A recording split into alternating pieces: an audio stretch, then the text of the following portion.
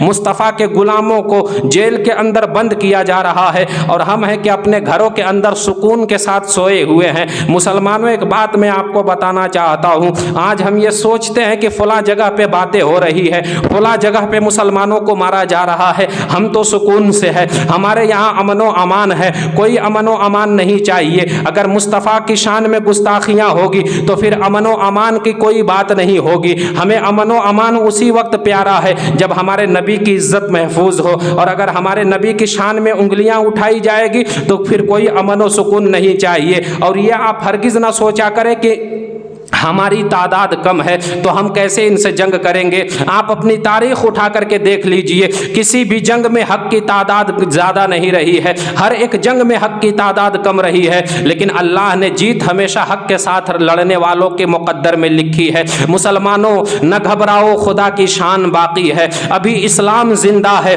ابھی قرآن باقی ہے۔ یہ کافر کیا سمجھتے ہیں جو ہم سے ہر روز الجھتے ہیں، ابھی تو کربلا کا آخری میدان باقی ہے۔ عزیزان ملت اسلامیہ، اپنے سینوں کے اندر عشق رسول کا شمع جلائیں، اور مفتی سلمان اظہری صاحب کے لیے آپ اپنی دعاؤں میں جب خدا سے کچھ مانگا کریں تو مفتی سلمان اظہری کی رہائی ضرور مانگا کریں، کیونکہ ہمارے یہاں ضرورت ہے ایسے عالموں کی۔ ہمیں قدر کرنی چاہیے جو ہماری بات کو جو ہے علل اعلان بیان کیا کرتے ہیں۔ ایسے عالموں کے دم بدم جو ہے مذہب اسلام کا پرچم بلند نظر آتا ہے۔ جب ایسے عالم اسٹیج سے بولا کرتے ہیں تو خدا کی قسم سننے کے بعد دل کو سکون ملا کرتا ہے کہ کوئی تو ہے جو ہمارے درد دل کو بیان کر رہا ہے۔ اس لیے ضرورت ہے ہمیں مفتی سلمان اظہری کی۔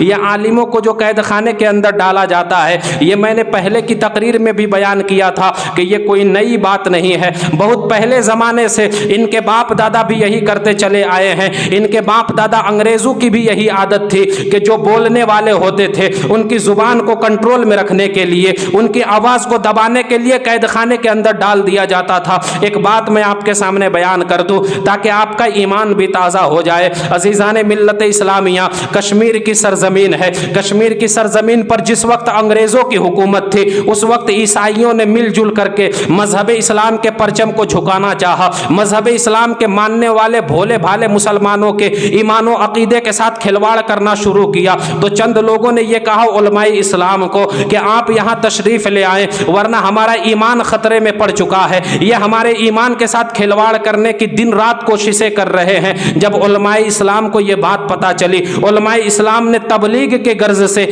آپ کشمیر کی سرزمین پہ تشریف لائے۔ جب علماء اسلام کشمیر کی سرزمین پہ تشریف لائے، علماء اسلام نے دین کا کام کرنا شروع کیا۔ آہستہ آہستہ پھر سے جو ہے مذہب اسلام کا پرچم بلند ہونے لگا۔ جب عیسائیوں نے دیکھا کہ یہاں پر علماء حق مذہب اسلام کا کام کر رہے ہیں، ان لوگوں نے انگریزوں سے جا کر کے کہا کہ ان کے پیروں میں بیڑیاں ڈالنا بہت ضروری ہے، ان کے ہاتھوں میں ہتکڑیاں ڈالنا بہت ضروری ہے۔ اگر انہیں ابھی قید نہ کیا گیا، اگر ابھی انہیں بند نہ کیا گیا تو یہ مذہب اسلام کا پرچم پھر سے بلند کر دیں گے۔ تو انگریزوں نے پوچھا تھا تم ہی بتاؤ کہ انہیں ہم کیسے قید میں ڈالیں، ان کے اوپر کوئی الزام بھی تو ہونا چاہیے۔ عیسائیوں نے کہا تھا کہ ہمارے پاس ایک ثبوت ہے، ہم ان پر ایسا الزام لگا دیں گے کہ اس الزام کو یہ دور نہ کر سکیں گے۔ اگر الزام کو یہ دور نہ کر سکیں تو قید خانے کے اندر بند کرنا یہ آپ کی ذمہ داری ہے۔ انگریزوں نے کہا تھا کہ ٹھیک ہے، الزام لگانا تم لوگوں کا کام ہے، اور ان علماء اسلام کو قید خانے کے اندر بند کرنا،